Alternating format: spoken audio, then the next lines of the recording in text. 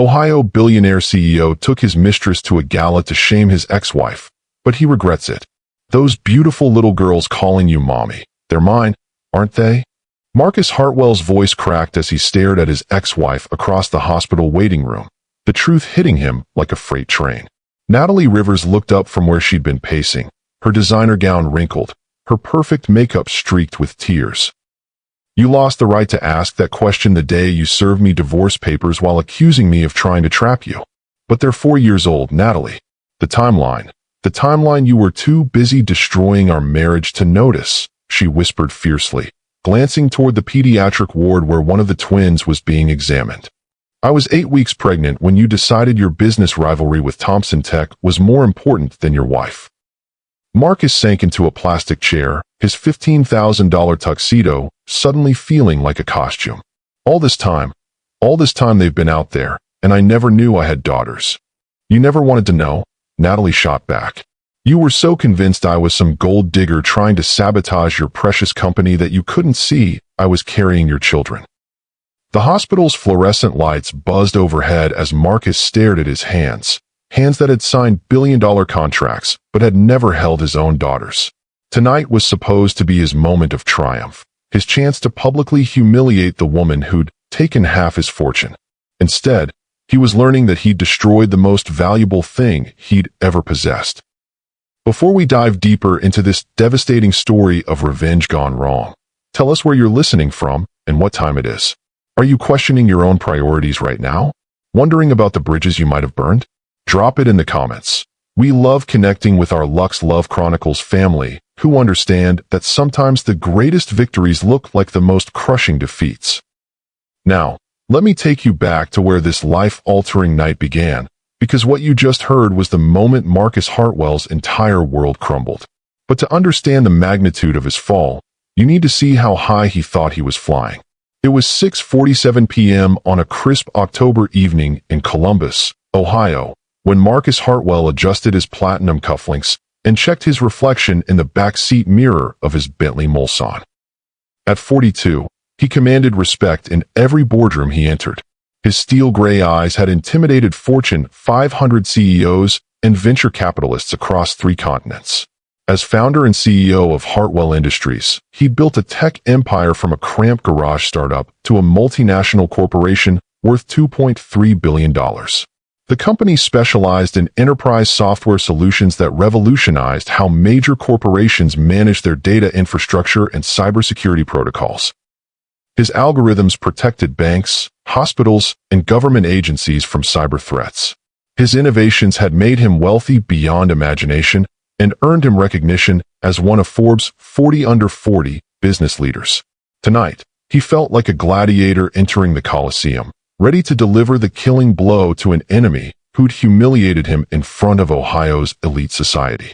"You look nervous," came a sultry voice from beside him. Vivian Cross shifted in the leather seat, her red silk dress riding up slightly as she crossed her long legs. At 24, she was everything Marcus thought he wanted: beautiful, ambitious, and completely devoted to his success. Her platinum blonde hair was styled in Hollywood waves that framed her model-perfect features, and her body was toned from daily Pilates sessions and a personal trainer who cost more than most people's monthly rent. As Hartwell Industries head of marketing, she understood his world in ways his ex-wife never had. She spoke the language of quarterly projections and market expansion. She appreciated the sacrifices required for building empire. She never complained about 18-hour workdays or emergency flights to close deals in Singapore or Stockholm. "Not nervous," Marcus replied, his voice carrying the confidence that had intimidated business rivals for decades. "Excited." Tonight, Natalie learns what happens when you try to destroy a man's life.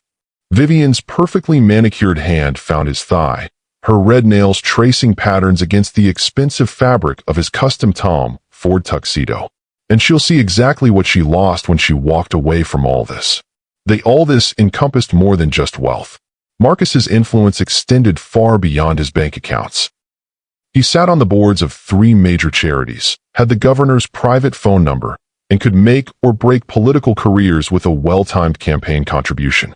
His recommendation could secure someone a spot at Harvard Business School or a position at Goldman Sachs. When Marcus Hartwell wanted something to happen in Ohio, it happened. She probably can't even afford a decent dress for tonight, Vivian continued, her voice carrying the casual cruelty of someone who'd never known real struggle. I heard through the society grapevine that she's been living in some modest little house in Aurora, trying to make ends meet with some pathetic nonprofit work. Marcus's smile was predatory. Perfect. The contrast will be obvious to everyone. The Bentley pulled up to the Columbus Convention Center, where Ohio's elite had gathered for the annual Elite Charity Gala. The building's neoclassical facade was bathed in golden light, with red carpet stretching from the curb to the entrance.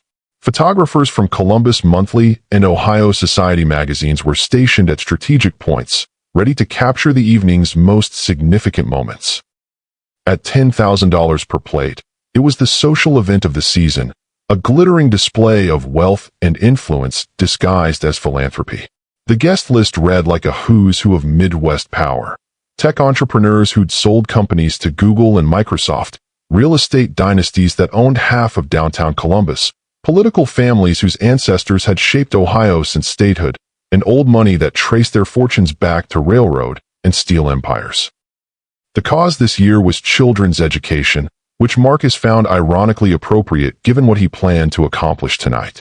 He'd specifically chosen this event because he knew Natalie would feel obligated to attend. She'd always been passionate about education and children's welfare, one of the many naive, idealistic streaks that had frustrated him during their marriage. "Remember," he said to Vivian as their chauffeur opened the door, "we're here to make a statement. I want every person in that room to see that Marcus Hartwell doesn't just survive betrayal, he thrives. I want them to see what success actually looks like." Vivian's smile was sharp as a blade, her white teeth perfect against her scarlet lipstick. "Don't worry, darling. By the end of tonight, everyone will know exactly where they stand in the hierarchy." The ballroom was a masterpiece of opulence that spoke to old money sensibilities and new money ambitions. Crystal chandeliers imported from Austria cast rainbow patterns across Italian marble floors, while floor-to-ceiling windows offered panoramic views of the Columbus skyline. The city lights twinkled like earthbound stars, creating a backdrop that photographers would fight over all evening. Round tables draped in ivory silk seated 10 guests each, with centerpieces of white orchids flown in from Thailand that morning. Each place setting featured Waterford crystal, Hermes china, and sterling silver cutlery that caught the light with every movement. The overall effect was designed to remind attendees that they were among Ohio's most privileged citizens, gathered for the noble purpose of helping those less fortunate. Marcus made his entrance with the calculated precision of a man who understood that power was as much about perception as reality. His Tom Ford tuxedo was custom-tailored to emphasize his athletic build, maintained through daily 5 a.m. workouts with a former Navy SEAL personal trainer. His dark hair, touched with distinguished silver at the temples, was perfectly styled by a barber who flew in from New York specifically for important events. The Patek Philippe Nautilus on his wrist cost $180,000, more than most people's houses, but it wasn't just about the price tag. It was about the statement. The watch represented exclusivity, taste, and the kind of success that couldn't be faked or bought quickly. Only people who truly understood luxury would recognize its significance. But it was Vivian who drew the stares. Her crimson dress was a work of art designed by Valentino's head couturier, created specifically for her figure and this event. The color was chosen strategically, bold enough to command attention, but sophisticated enough to avoid seeming desperate. Every line and curve was calculated to make other women envious and other men regretful about their own companions. Every eye in the room tracked their movement as they navigated toward their table near the front, a power position Marcus had specifically requested through his assistant's careful coordination with the event planners. He nodded to acquaintances with the casual confidence of someone accustomed to being the most important person in any room. "Marcus Hartwell," came a smooth voice behind them. "I was wondering if you'd show tonight, given the circumstances." Marcus turned to find Robert Thompson, CEO of Thompson Tech and his biggest business rival. The man's smile was political, all surface charm with calculation underneath. Thompson was older, perhaps 55, with the kind of weathered handsomeness that came from decades in boardrooms and on golf courses. His tuxedo was immaculate, but Marcus noted with satisfaction that it was off the rack, not custom-tailored. "Robert, still trying to poach my clients with inferior technology, I see. Just offering superior service at competitive prices," Thompson replied, his eyes lingering on Vivian with obvious appreciation. "Though I see you've been making some interesting personnel decisions lately. Mixing business with pleasure can be complicated." The comment had multiple layers. Thompson knew about Marcus's relationship with Vivian, knew it violated the company's fraternization policies, knew it gave ammunition to competitors who wanted to paint Marcus as unprofessional. But Marcus also heard jealousy beneath the criticism. Vivian stepped closer to Marcus, her body language clearly marking territory. Her smile was devastating as she extended her hand. "Mr. Thompson, how lovely to see you again. I trust your quarterly projections are meeting expectations?" The question was innocent on the surface, but loaded with insider knowledge that shouldn't have been accessible to a marketing director. Marcus felt a surge of satisfaction at the surprise that flashed across Thompson's face. Let him wonder how Hartwell Industries was staying ahead of Thompson Tech's strategic moves. "If you'll excuse us," Marcus said smoothly, placing his hand on the small of Vivian's back in a gesture that was both possessive and dismissive. "We have more important people to see." As they moved through the crowd, Marcus basked in the whispered conversations that followed their wake. He caught fragments of discussion, mentions of his latest acquisition, speculation about expansion into European markets, admiration for his companion's beauty. This was exactly the reaction he'd planned for. He'd orchestrated this moment for 18 months, ever since Natalie had walked away with half his assets and left him feeling like a fool in front of Ohio's business community. The divorce had been messy, public, and humiliating. She'd accused him of caring more about business than their marriage, of treating her like an employee rather than a wife, of being emotionally unavailable and psychologically abusive. The accusations had stung because they contained enough truth to be believable. Marcus had worked 18-hour days, had missed anniversaries for board meetings, had expected Natalie to understand that building an empire required sacrifices from both partners. He genuinely believed she would appreciate the lifestyle his success provided: the mansion in Upper Arlington, the vacation home in Kiowa Island, the private jet for spontaneous trips to Paris or Napa Valley. Instead, she'd claimed to be lonely in their marble palace, surrounded by luxury, but starved for attention and affection. She'd wanted children. He'd wanted to wait until the company reached certain revenue milestones. She'd wanted quiet dinners at home. He'd wanted to attend networking events and client entertainment functions. She'd wanted a husband. He'd wanted a supportive partner who understood that business came first.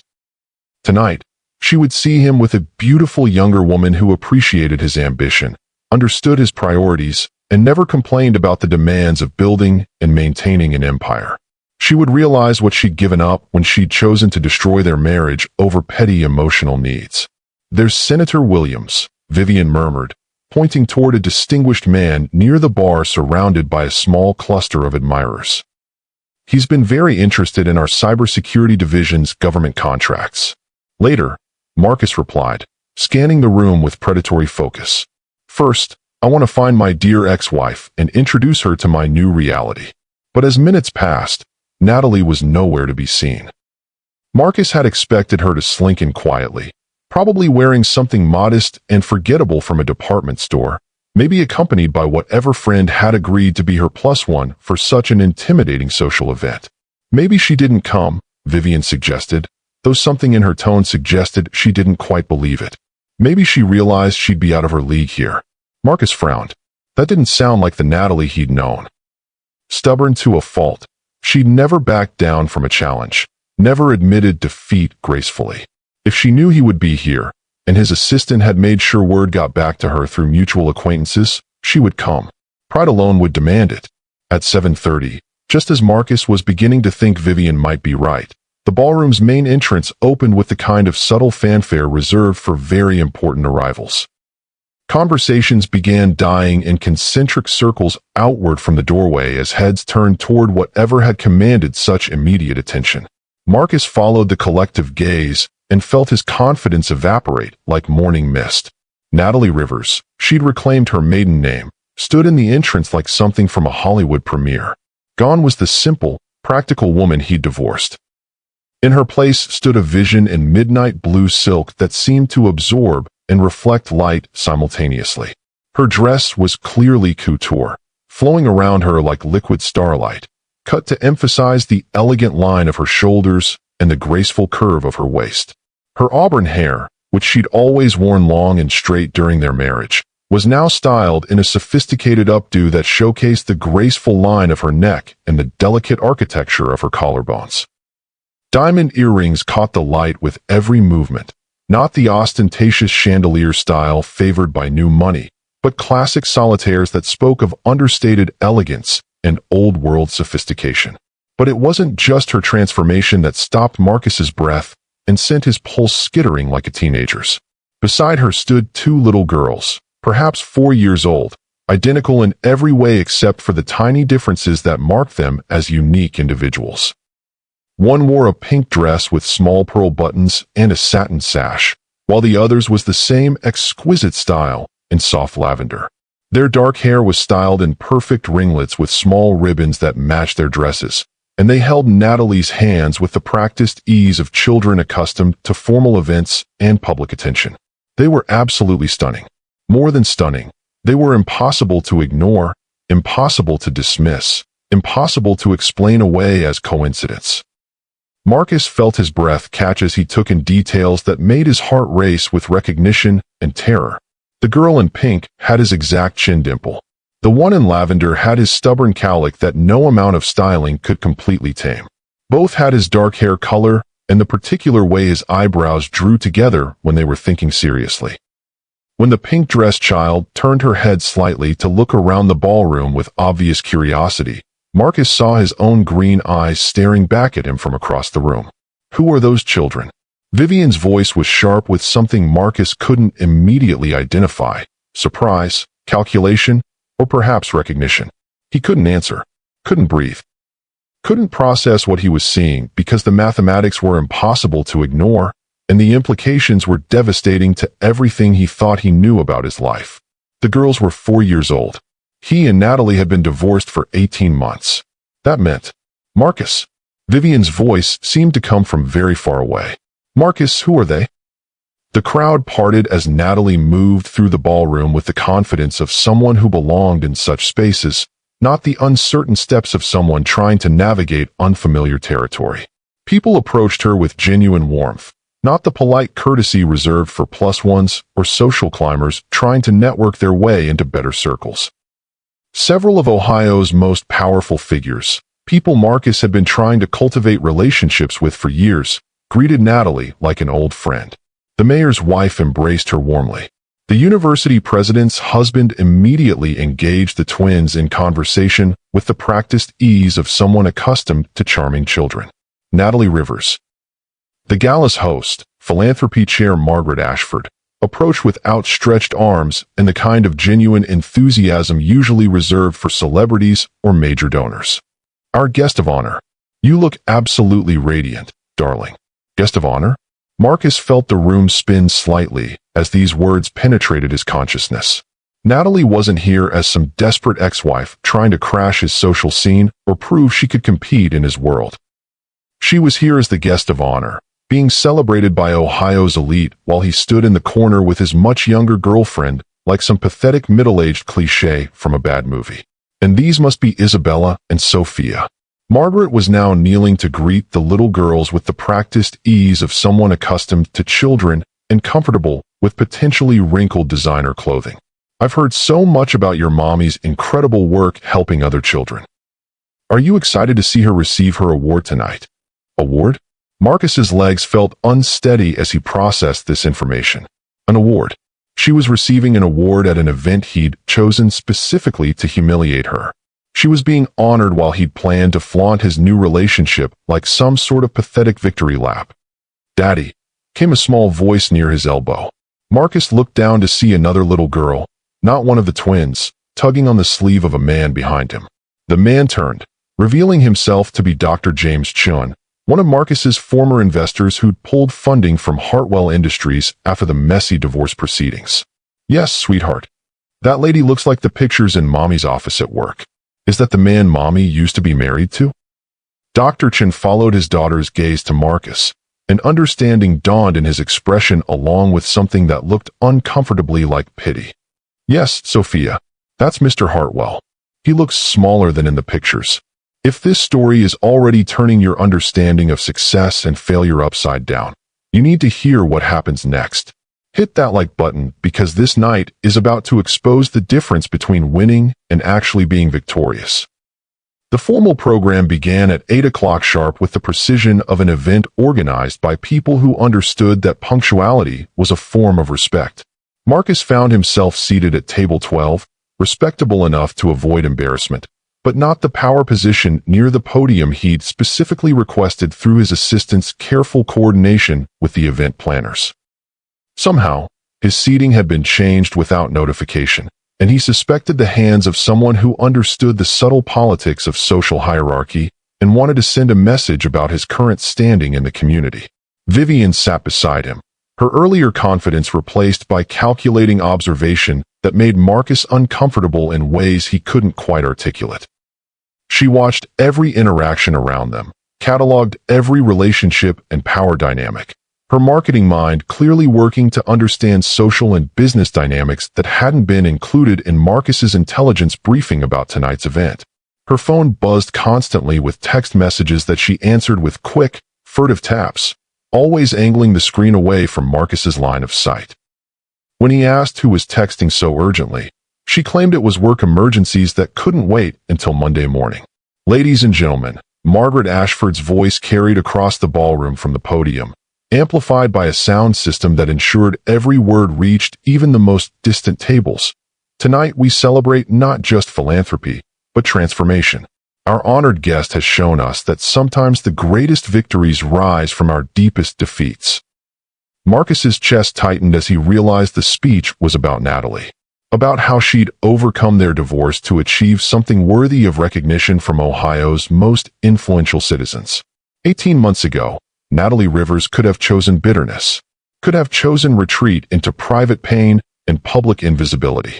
Instead, she chose to build something beautiful and meaningful from the ashes of personal devastation.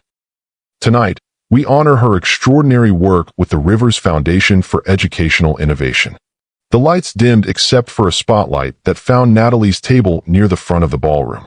She rose gracefully, acknowledging the applause with the poise of someone accustomed to public recognition, and Marcus could see the little girls, Isabella and Sophia, looking up at their mother with undisguised pride and adoration that made his throat tight with unexpected emotion. In just 18 months, Margaret continued, her voice carrying genuine admiration that couldn't be faked for social politeness. The Rivers Foundation has revolutionized tech education for underprivileged children across Ohio. Using innovative software platforms and hands-on learning experiences that bridge digital divides, Ms. Rivers has created educational opportunities for over 50,000 children who previously had no access to quality STEM education. Marcus felt the blood drain from his face as the magnitude of this achievement hit him. 50,000 children. In 18 months.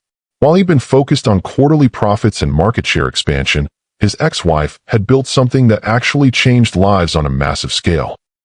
His own company's corporate social responsibility initiatives were tax write-offs and public relations gestures, donations to established charities and sponsorships of youth sports teams that got his company's name on uniforms and in local newspapers.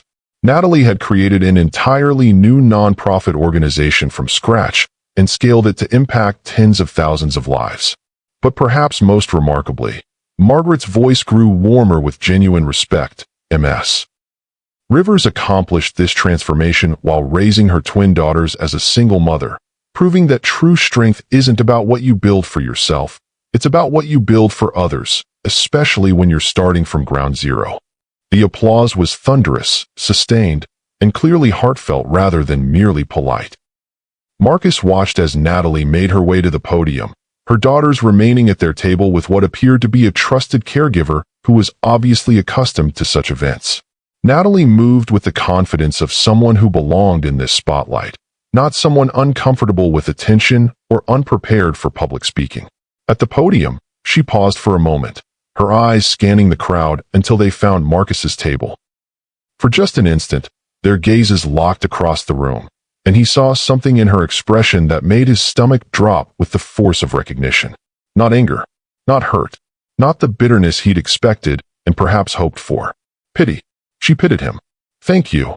Natalie's voice carried clearly through the sound system, professional and composed in a way that reminded Marcus of why he'd fallen in love with her intelligence and grace in the first place.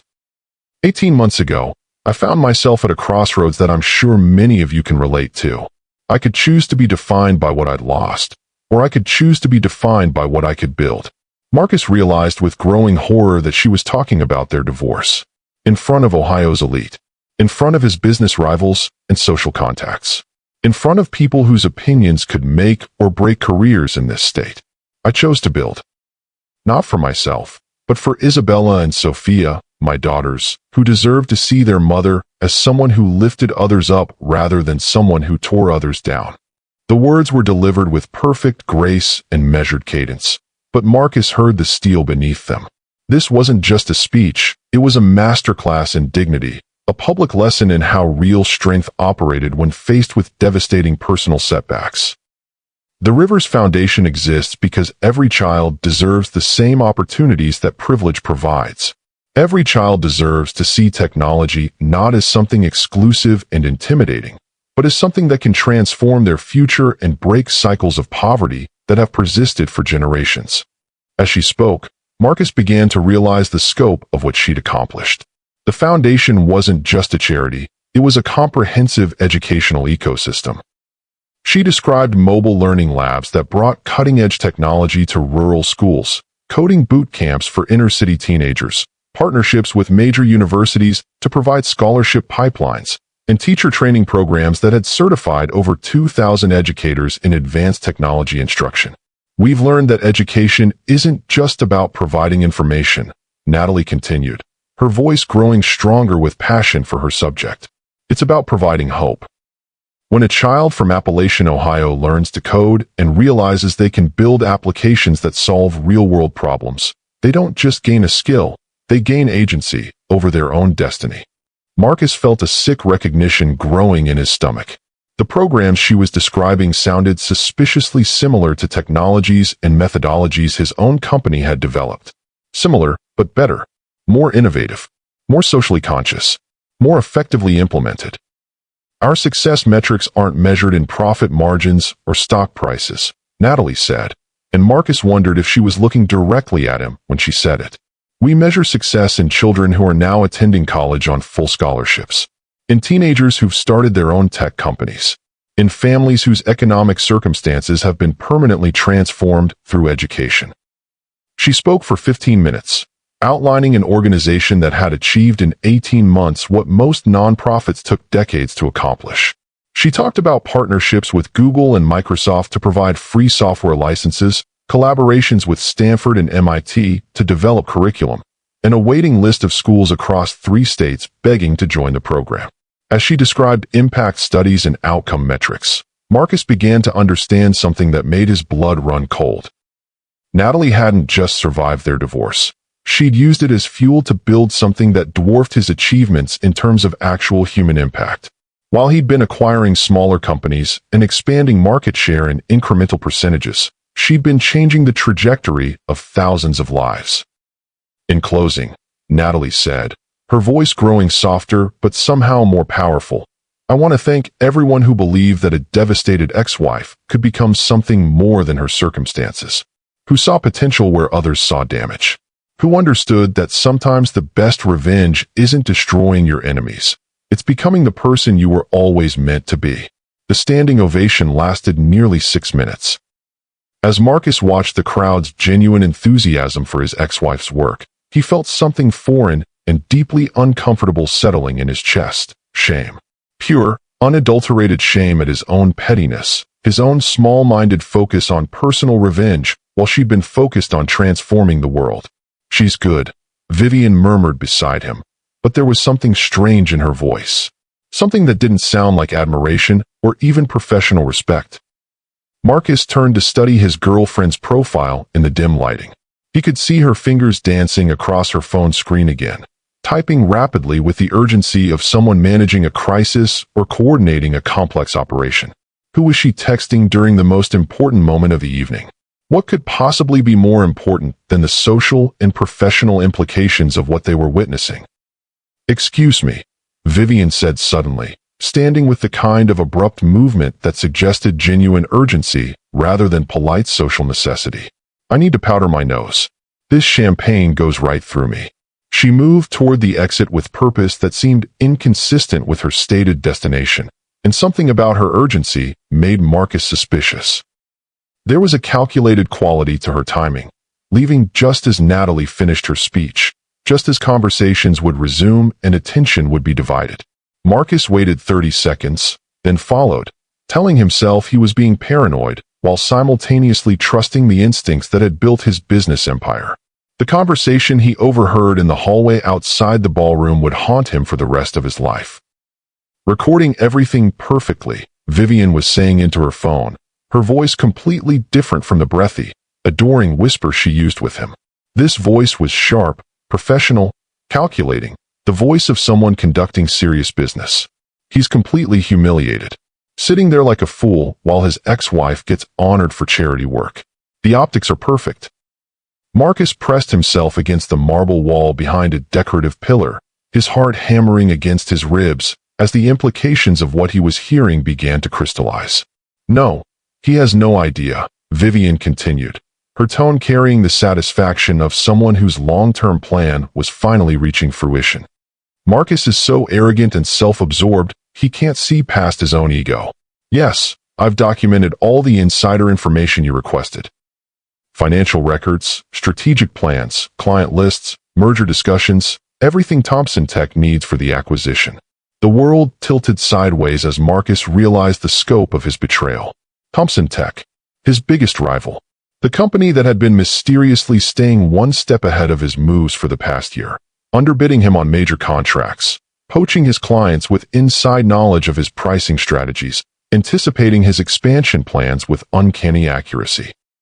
"The recordings of tonight will be perfect for the board presentation," Vivian was saying, her voice carrying across the marble hallway with crystal clarity, showing him publicly humiliated, making terrible personal decisions, bringing his mistress to shame his ex-wife while she's being honored for transformative charity work. The shareholders will lose confidence immediately. The optics alone will tank the stock price before we even release the financial irregularities. Marcus's legs nearly gave out as the full scope of the conspiracy became clear. The woman he'd been sleeping with for 8 months, the woman he'd trusted with company secrets and strategic plans, the woman he'd given access to his personal and professional life, was a corporate spy. Everything, their relationship, tonight's humiliation, his recent business struggles, had been orchestrated with meticulous precision. "Don't worry," Vivian's voice carried the casual confidence of someone whose victory was assured. "By Monday morning, Marcus Hartwell will be finished, and Thompson Tech will have everything they need to complete the hostile takeover. The due diligence package is already compiled. The board presentation is scheduled for Tuesday. His company will be absorbed by Wednesday, and he'll be lucky to walk away with enough severance to buy a decent condo." She paused, apparently listening to instructions from whoever was on the other end of the call. "The personal destruction is just as important as the financial," she continued, making him look like a pathetic middle-aged cliché-chasing young women while his accomplished ex-wife builds a charity empire? That kills his credibility in the business community permanently. Even if he tries to start over, no investor will trust his judgment. No board will give him another CEO position. "We're not just taking his company, we're ending his career." Marcus felt nauseous as he realized how thoroughly he'd been played. Every intimate moment, every business discussion, every strategic decision he'd shared with her had been carefully documented and transmitted to his enemies. He'd been so flattered by her attention, so convinced of his own irresistible success, that he'd never questioned why a brilliant, beautiful woman would be so devoted to a man 18 years her senior. "The timing couldn't be more perfect," Vivian was saying. "His ex-wife's foundation just announced a major expansion. She's getting offered board positions at Fortune 500 companies. Meanwhile, he's here looking desperate and vindictive. The contrast writes itself. She ended the call and checked her appearance in a hallway mirror, transforming back into the adoring girlfriend with practiced ease. Her reflection showed no trace of the cold calculation he'd just witnessed. Marcus barely managed to slip back into the ballroom before she returned, his mind reeling with the implications of everything he'd discovered. As he sat in his chair, watching Natalie accept congratulations from Ohio's most influential citizens while his business empire crumbled around him through betrayal he'd never seen coming, one thought echoed in his mind. He'd been so focused on destroying his ex-wife that he hadn't noticed the people working systematically to destroy him. But more importantly, sitting at their table near the front, two little girls with his eyes and his stubborn jawline were applauding their mother's success built on the foundation of his abandonment. For the first time in 18 months, Marcus Hartwell wasn't thinking about revenge or business rivals or market share. He was thinking about the children he'd never known he had, and the woman who'd become extraordinary while he'd been busy being petty and vindictive. The worst part? The night was far from over. Vivian returned to the table with her composed girlfriend mask firmly in place, sliding into her chair with feline grace. "Sorry, darling. Work emergency that couldn't wait." "What kind of emergency?" Marcus asked, his voice carefully neutral despite the rage burning in his chest. "Oh, just some client concerns about the quarterly projections. You know how nervous investors get when numbers don't align perfectly with expectations." Her smile was perfectly innocent, but Marcus now heard the double meaning in every word. As the gala moved into its social hour, with guests mingling between tables and continuing conversations over premium champagne and artisanal hors d'oeuvres, Marcus found himself watching Natalie from across the room with new eyes. She moved through the crowd with the confidence of someone who belonged in such spaces, engaging in meaningful conversations rather than empty networking chatter. He watched her kneel down to listen when children approached her, saw her laugh genuinely at something the university president's wife said, observed her gracefully deflecting what appeared to be romantic interest from several successful single men who clearly recognized her worth. And through it all, Isabella and Sophia remained close to their mother, perfectly behaved, but clearly comfortable in this adult world. They answered questions from curious adults with articulate responses that suggested careful coaching and natural intelligence. When the mayor's granddaughter approached them, they included her in their conversation with the kind of social grace usually developed through years of practice. "Those children are remarkably well-behaved," commented Mrs. Patterson, the wife of Ohio's lieutenant governor, as she paused at Marcus's table, "and so articulate for their age. Natalie has done an extraordinary job raising them." "Yes," Marcus managed, his voice strained. "They're remarkable. Such a pity their father isn't in the picture," Mrs. Patterson continued, apparently unaware of Marcus's identity in relation to the children. "Though I suppose given Natalie's success, she's probably better off without whatever complications that relationship might have brought." The comment hit Marcus like a physical blow. His own absence from his daughter's lives was being discussed as a positive thing, as something that had allowed them to thrive rather than something that had deprived them of opportunities or love. "Excuse me," he said abruptly, standing from the table. "I need some air." But as he moved toward the ballroom's terrace doors, a commotion near Natalie's table caught his attention. Isabella, the twin in the pink dress, had suddenly swayed in her chair. Even from across the room, Marcus could see that something was wrong. The child's face had gone pale, and she was leaning heavily against her sister while pressing a small hand to her stomach. Natalie noticed immediately, her mother's instincts overriding everything else. She knelt beside her daughter's chair, and Marcus saw a real panic flash across her face, primal, terrifying fear that made his chest tighten with unexpected protectiveness. "Isabella, sweetheart, what's wrong?" Natalie's voice carried across the S. "My tummy hurts really bad, Mommy," the little girl whispered, tears beginning to stream down her cheeks. "It hurts like when I had to go to the hospital before." Before? Marcus felt ice form in his stomach as he realized this wasn't the first medical emergency his daughter had experienced. "Is there a doctor in the house?" Natalie called out, her composed public persona cracking under maternal fear. Dr. Chin appeared immediately, kneeling beside the child with professional efficiency. "Let me take a look, sweetie," he said gently, his hands moving with practiced skill as he checked Isabella's pulse and examined her coloring. Marcus was moving before he consciously decided to, crossing the room in long strides that ignored social protocol and table arrangements. He might not be a doctor, but he was her father, even if she didn't know it yet. Even if he was the last person Natalie wanted help from. "We need to get her to Children's Hospital immediately," Dr. Chen said quietly to Natalie. "Her symptoms are consistent with appendicitis. If that's what this is, we can't wait." Natalie's face went white. "Oh God, not again." "Mommy, I'm scared," Sophia said, reaching for her mother's hand while tears filled her eyes at seeing her twin sister in pain. "I know, baby. It's going to be okay." Natalie was already reaching for her phone, presumably to call for transportation, when Marcus appeared beside her. "My car is faster," he said simply. "And I know the route to Children's Hospital like the back of my hand." Natalie looked up at him, surprise and suspicion warring with desperate maternal need. "Marcus, this isn't about us," he said firmly. "This is about getting Isabella help as quickly as possible." For a moment, she hesitated, and Marcus could see her weighing her pride against her daughter's welfare. Maternal instinct won. "Okay," she said quietly. "Thank you." Marcus scooped Isabella into his arms, struck by how light she felt, how fragile and precious. As he carried his daughter toward the exit, he caught Vivian's eye across the room. She was watching the scene with an expression he couldn't quite read, calculation mixed with something that might have been genuine concern. "Go ahead," she called out. "I'll find another ride home." The ride to Children's Hospital was tense and terrifying. Isabella dozed fitfully in Natalie's arms while Sophia held her sister's hand and whispered reassurances. Marcus drove with the precision of someone whose daughter's life might depend on every second saved, using back roads and traffic patterns learned from years of navigating Columbus at high speed. "Turn left here," Natalie said quietly. "The emergency entrance is faster than the main lobby." "How do you know that?" Marcus asked, though he was already making the turn. "Experience," she replied, her voice tight with worry and memory.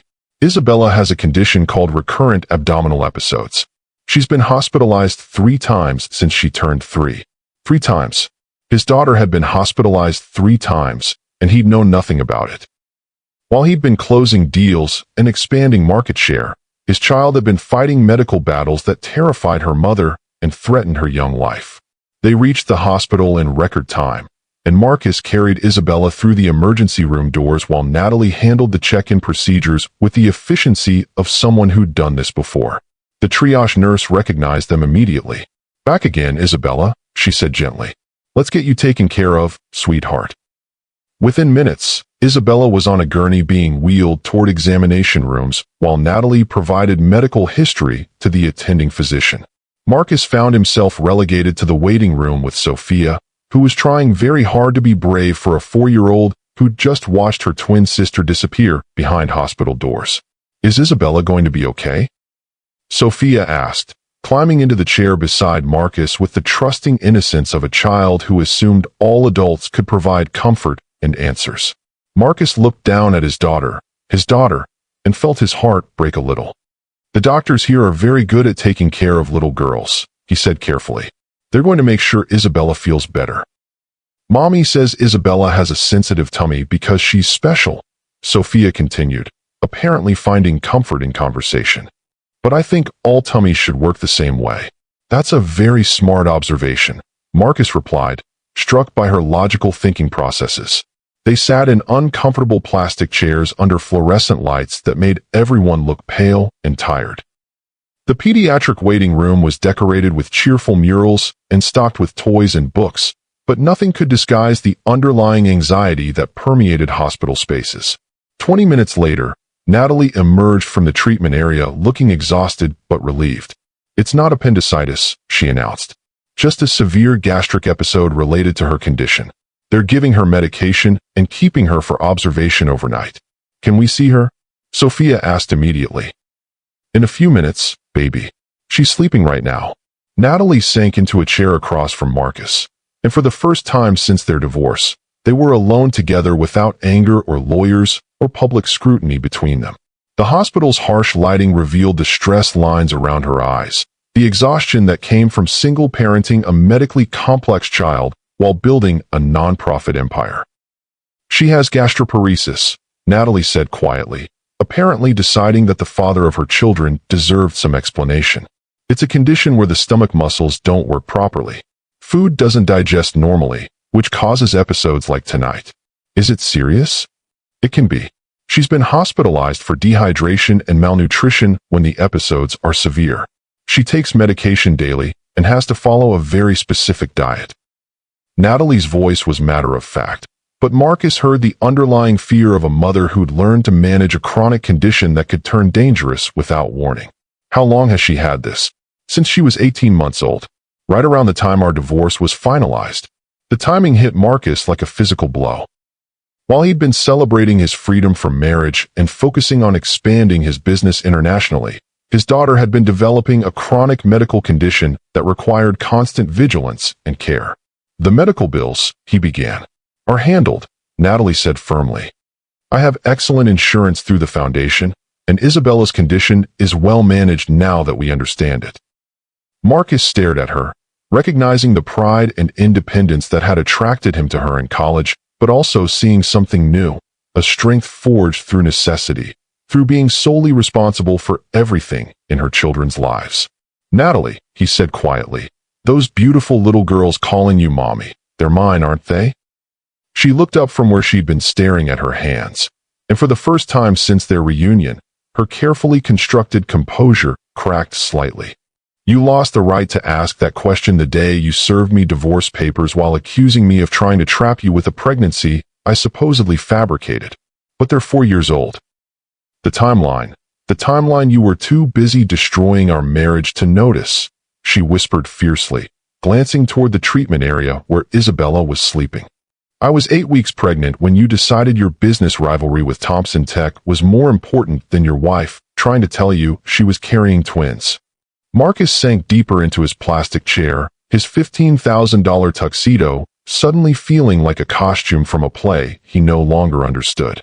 All this time they've been out there, and I never knew I had daughters.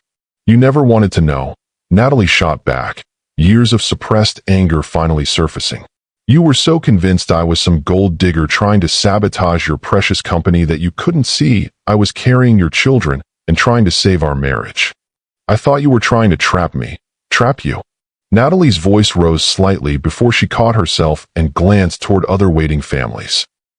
Marcus, I was trying to share the most incredible news of our lives with you. I'd planned this romantic dinner, bought a bottle of champagne, had ultrasound photos in a gift box. But you came home ranting about Thompson Tech's latest bid and how you suspected corporate espionage. And when I tried to tell you about the pregnancy, you accused me of trying to distract you from important business. The memory came flooding back with painful clarity. He'd been consumed with paranoia about business rivals, convinced that someone was feeding inside information to his competitors. When Natalie had tried to have a serious conversation about their future, he dismissed it as poor timing and emotional manipulation. You said the timing was suspicious, Natalie continued, her voice thick with old pain. That it was convenient how I wanted to discuss family expansion right when you were dealing with corporate threats. You actually suggested I might be working with your competitors to destabilize your focus. Marcus felt sick as he remembered his accusations, his paranoid ranting about loyalty and trust. He'd been so convinced that everyone was plotting against his business success that he'd destroyed the most important relationship in his life. I tried to show you the ultrasound photos, Natalie whispered. You were on the phone with lawyers, and you told me whatever I was selling could wait until you dealt with real problems.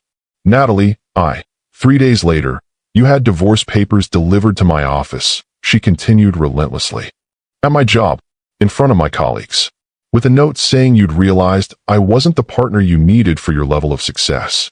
The fluorescent lights buzzed overhead as Marcus confronted the full scope of what he'd destroyed.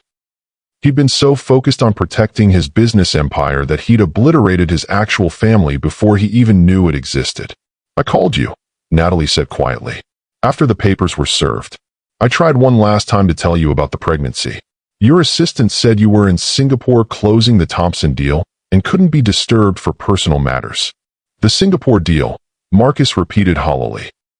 The contract that had launched his international expansion, the triumph he'd celebrated while his pregnant ex-wife had been trying to reach him from halfway around the world. By the time you came back 6 weeks later, I'd already moved out of our house. I'd started the divorce proceedings you wanted, and I'd decided that my children deserved better than a father who saw them as obstacles to his success. Children, Marcus said numbly. Twins, Isabella and Sophia.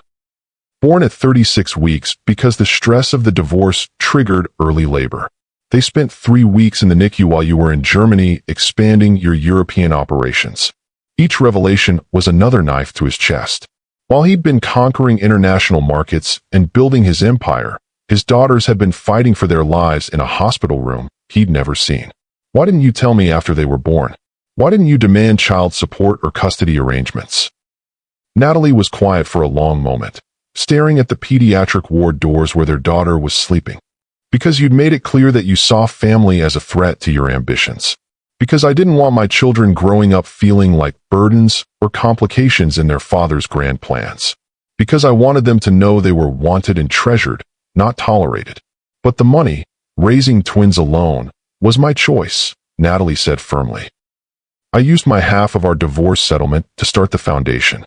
I worked 18-hour days while they napped, built partnerships while they played, created programs that would change thousands of lives while making sure my own children felt secure and loved. Marcus stared at her, beginning to understand the magnitude of what she'd accomplished. She hadn't just survived his abandonment. She'd transformed it into fuel for building something extraordinary. While he'd been focused on acquiring companies and expanding profits, she'd been changing the world and raising his children simultaneously. They don't know, he said quietly, about me. They know their father wasn't ready to be a dad when they were born, Natalie replied carefully. They know that sometimes adults make different choices about what's important to them, but they also know they're loved completely by the parent who stayed. The conversation they're about to have will determine if this family has any chance of healing. Are you feeling the emotional weight of this moment? Drop a comment below about second chances. Do you believe people can truly change? Before Marcus could respond, a nurse appeared with news that Isabella was awake and asking for her mother and sister. They were allowed brief visits, and Marcus found himself standing in a hospital room, looking down at his daughter for the first time as her father. Isabella looked so small in the hospital bed, connected to and for that made her seem fragile and vulnerable. But her eyes, his eyes, were alert and curious as she studied this stranger who'd apparently helped bring her to the hospital. "Are you the man from the fancy party?" she asked in a small but clear voice. "Yes," Marcus replied, his throat tight with emotion. "My name is Marcus. How are you feeling, sweetheart?" "Better," she said simply. "My tummy doesn't hurt as much now. Thank you for helping Mommy bring me to the hospital." The simple gratitude from his daughter nearly destroyed his composure. This child, his child, was thanking him for the basic act of helping her get medical care, something that should have been his automatic responsibility as her father. "You don't need to thank me," he said gently. "I'm just glad you're feeling better." Sophia climbed onto the hospital bed beside her sister with the practiced ease of someone who'd done this before. "Isabella, this is the man who built the really tall buildings. Remember from the book at school? You build buildings?" Isabella asked, her interest perking up despite her medical situation. "I do," Marcus confirmed. "I design them and figure out how to make them strong and safe. Like Legos." "Exactly like Legos, but much bigger." "Cool," Isabella said with the simple acceptance of childhood. "Maybe someday you can show us how to build really tall Lego buildings." "I'd like that very much," Marcus replied, meaning it with every fiber of his being. As they prepared to leave the hospital, Isabella would be discharged in the morning. Marcus realized his phone had been buzzing constantly with urgent messages. When he finally checked it, his blood ran cold. 17 missed calls from his CFO, 23 urgent text messages, an email marked "Crisis, immediate response required." The markets had opened in Asia, and somehow, details of Hartwell Industries' financial irregularities had been leaked to major financial news outlets. Stock prices were in free fall. Emergency board meetings were being called. Investors were demanding explanations for accounting discrepancies that Marcus had never seen before. "What is it?" Natalie asked, noting his expression. My company, Marcus said hollowly. Someone's destroying it. Tonight, while I was focused on trying to humiliate your ex-wife, Natalie finished quietly. Yes, Marcus admitted. While I was planning petty revenge, someone was systematically destroying everything I'd built. His phone rang, displaying his CFO's number. Marcus answered, stepping into the hallway for privacy. Marcus, where the hell have you been? Came the panicked voice. We've got a crisis that could sink the entire company. Someone leaked detailed financial information to Reuters and the Wall Street Journal. They're reporting accounting irregularities, insider trading allegations, and corporate governance violations I've never heard of. That's impossible, Marcus said, though his stomach was already dropping as he remembered Vivian's phone conversation. Our books are clean, not according to these documents. Someone has internal emails, board meeting minutes, financial projections that show deliberate misrepresentation to shareholders. Marcus, this looks like a coordinated attack designed to destroy our credibility and tank the stock price. Thompson Tech, the hostile takeover Vivian had mentioned. While Marcus had been playing romantic games with a woman he thought was devoted to him, she'd been systematically documenting everything needed to destroy his company and hand it to his biggest rival. There's more, his CFO continued. Thompson Tech announced an acquisition offer 20 minutes ago. They're proposing to buy Hartwell Industries at 30% below last week's market value, claiming they're doing us a favor by acquiring a financially distressed company. Marcus closed his eyes, leaning against the hospital wall as the full scope of his destruction became clear. He'd been so focused on winning a personal battle against his ex-wife that he'd lost the corporate war entirely. The board is meeting tomorrow morning, his CFO continued. If we can't provide explanations for these allegations, they're likely to recommend accepting Thompson's offer. We'd lose everything, Marcus. Everything we built. Marcus looked through the hospital room window at Natalie helping their daughters gather their things, and for the first time in his adult life, he found himself faced with a choice that had nothing to do with profit margins or market share. He could race back to Columbus, spend the night and the next several days fighting to save his company, trying to rebuild his reputation and salvage his business empire. He could probably find ways to discredit Vivian's evidence, hire expensive lawyers, and perhaps even survive the attempted takeover. Or he could stay here, in this hospital, with the family he'd never known he had, and finally try to be the father his daughters deserved. Schedule the board meeting for Tuesday, Marcus said quietly into the phone. I'll be there. Tuesday? Marcus, this is happening now. Every hour we delay gives Thompson more ammunition. Tuesday, Marcus repeated firmly. I have more important things to deal with right now. He ended the call and returned to the hospital room, where Natalie was helping Isabella into a wheelchair for the journey to the car. Everything okay? She asked, though her tone suggested she suspected it wasn't. No, Marcus said honestly. My business is falling apart.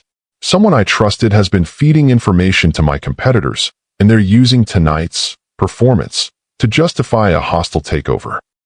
Natalie studied his face carefully. And you're choosing to stay here instead of racing back to fix it. I'm choosing to make sure my daughter gets home safely, Marcus replied. The business can wait until Tuesday.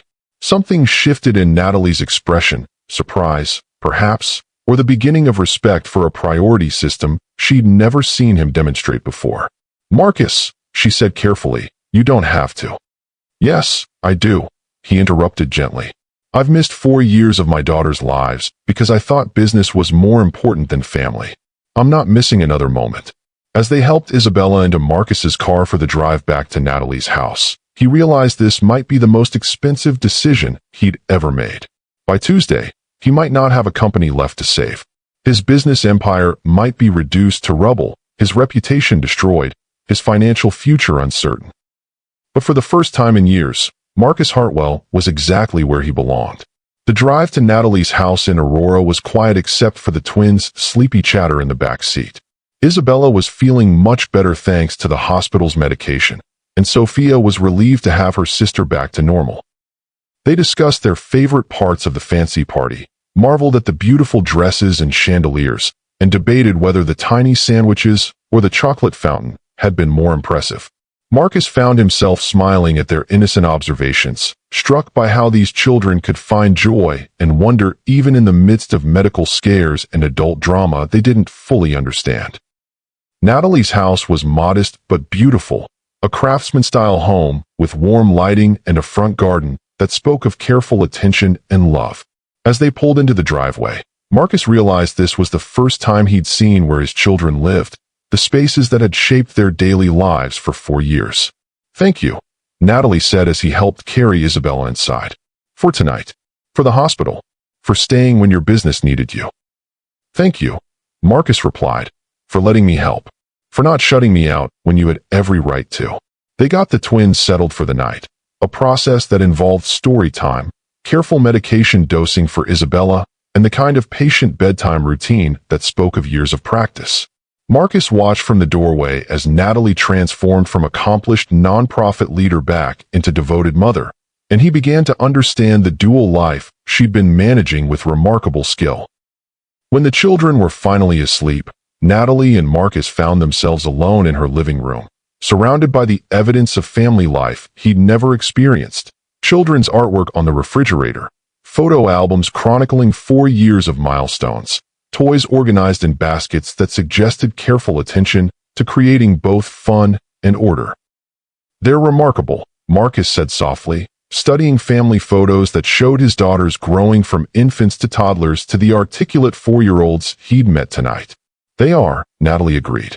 "And they deserve better than the chaos that's probably about to surround your life." Marcus understood what she was saying.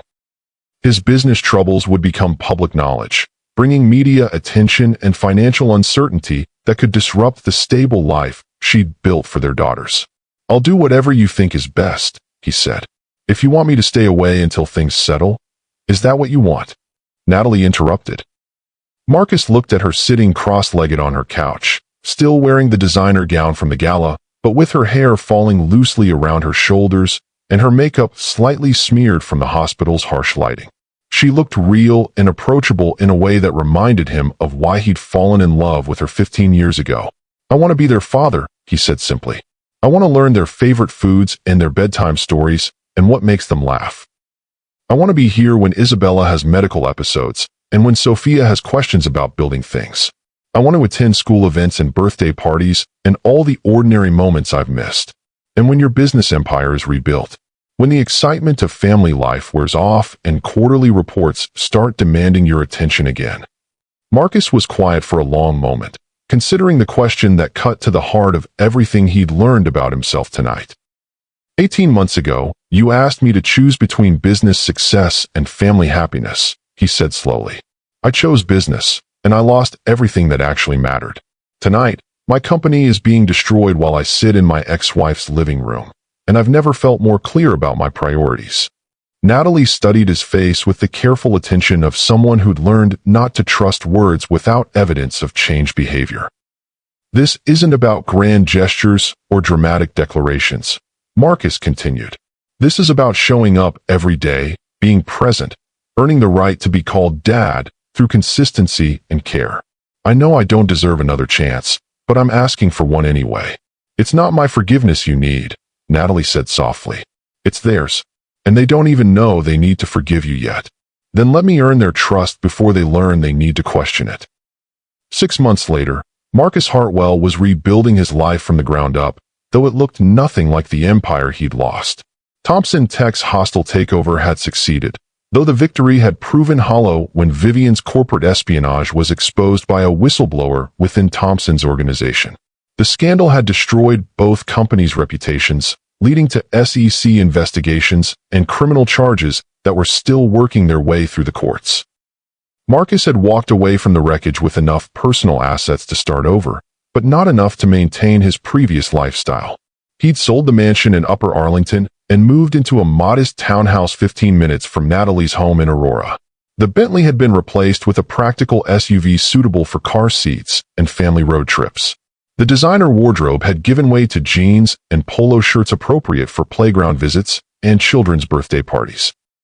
He'd started a small consulting firm specializing in cybersecurity for nonprofits, work that was meaningful rather than merely profitable, helping organizations like Natalie's foundation protect themselves against the kind of corporate espionage he'd experienced firsthand. Most importantly, he was learning to be a father.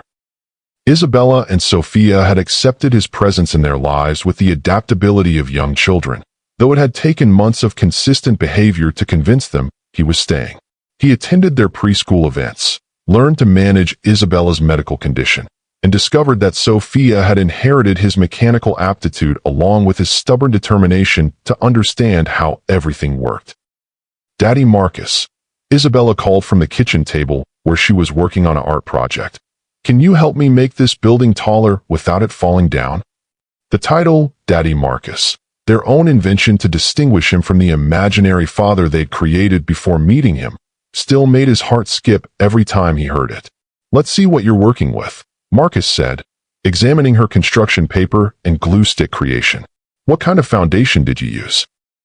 They spent 20 minutes engineering a stable base for her paper skyscraper, and Marcus marveled at how much more satisfaction he derived from helping his daughter solve a craft project problem than he'd ever gotten from closing million-dollar deals. Natalie appeared in the kitchen doorway, home from a board meeting at one of the universities that had offered her a position developing their STEM education programs. She'd been offered 3 executive positions at major corporations, but had chosen to expand her foundation's work instead, a decision Marcus now understood completely. "How was school today, girls?" she asked, kissing both twins on the top of their heads in the automatic gesture of mothers everywhere. "Mrs. Peterson said Isabella's building was the most creative in the class," Sophia reported. "And I learned how to write the number 57. And Daddy Marcus helped me make it not fall down," Isabella added with obvious pride in both her creation and her father's assistance. "That's wonderful," Natalie said, and Marcus caught her smiling at him over their daughters' heads. Their own relationship had been rebuilt slowly, carefully, with the patience of people who'd learned that trust had to be earned through actions rather than demanded through history. They weren't married, weren't even officially dating, but they were partners in raising their children and friends in the way that people who'd genuinely forgiven each other could be friends. Marcus's phone buzzed with a text message, and he glanced at it quickly before returning his attention to Isabella's architectural project. "Work?" Natalie asked. "Thompson Tech's board meeting," Marcus replied. "The SEC investigation concluded. Criminal charges are being filed against 6 executives, including Thompson himself. How do you feel about that?" Marcus considered the question while helping Isabella add paper windows to her skyscraper. 6 months ago, he would have felt vindicated, triumphant, eager for his enemy's destruction. Now, he mostly felt sad for the families that would be affected by their choices. "I feel grateful," he said finally. "If Thompson hadn't destroyed my company, I might never have learned what actually matters." And Vivian cooperated with investigators in exchange for immunity. She's apparently working as a paralegal in Portland now. Marcus shrugged. "I hope she's happy." Natalie raised an eyebrow at his lack of bitterness. "Holding on to anger about past betrayals is a luxury I can't afford," Marcus explained. "I'd rather spend that energy on building something better." That evening, after dinner and baths and bedtime stories, Marcus and Natalie found themselves alone on her back deck, watching the sunset paint the sky in brilliant oranges and purples. "I have something to tell you," Natalie said, her voice carrying a nervous excitement that made Marcus's pulse quicken. "Good news or bad news?" "Good news, I think. The foundation has been invited to expand internationally. UNESCO wants us to develop programs for schools in developing countries. It would mean travel, probably relocating to Geneva for a year, managing operations across 3 continents. Marcus felt his chest tighten as he realized what she was telling him.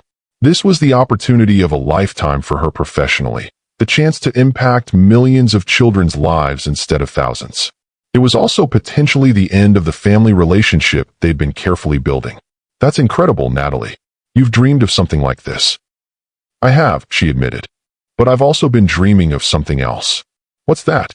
She turned to face him fully, and in the sunset light, Marcus saw something in her expression that made his heart race with possibility. "I've been dreaming of doing it with a partner. Someone who understands both the mission and the sacrifices required.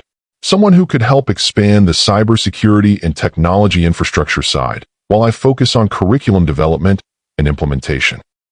Marcus stared at her, hardly daring to believe what she seemed to be suggesting. "Are you offering me a job?" he asked carefully.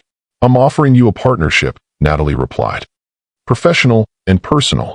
If you're interested in building something meaningful together." "What about the girls? What about their stability and their medical care?" "And Marcus," Natalie interrupted gently. "The girls' stability comes from having parents who love them and each other. Everything else is logistics." Marcus looked through the deck doors at the house where his daughters slept peacefully, then back at the woman who transformed from his greatest regret into his most treasured possibility. "Are you sure?" he asked.